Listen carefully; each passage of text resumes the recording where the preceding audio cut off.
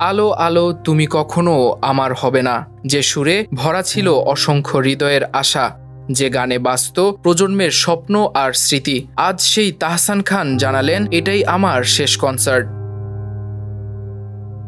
অস্ট্রেলিয়ার সিডনি মঞ্চে দাঁড়িয়ে তিনি জানালেন এখন আর কনসার্ট করতে চান না। কারণ হিসেবে তাহসান বলেন, মেয়ে আয়রা এখন বড় হচ্ছে, দাড়ি রেখে স্টেজে দাঁড়িয়ে এমন লাফালাফি করতে কি ভালো লাগে? ভক্তরা যখন উল্লাসে ভরিয়ে তুলছিলেন স্টেডিয়াম, তখনই তাহসান নীরবে জানিয়ে দিলেন এবার বিদায়ের পালা। 2 দশকের সঙ্গীত কেরিয়ারে ব্ল্যাক ব্যান্ড থেকে শুরু, তারপর একক গানে জয় করেছেন কোটি ভক্তের হৃদয়। চলো না হাওয়ায়, অভিমান, আলো, 19-20 প্রজন্মের প্রেম, ভাঙন আর আবেগের সাউন্ড ট্র্যাক হয়ে গেছে এই গানগুলো। কিন্তু সোশ্যাল মিডিয়ায় সব অ্যাকাউন্ট ডিঅ্যাক্টিভ করে দিয়ে তাহসান যেন আরও পরিষ্কার জানিয়ে দিলেন, এই সিদ্ধান্তই চূড়ান্ত।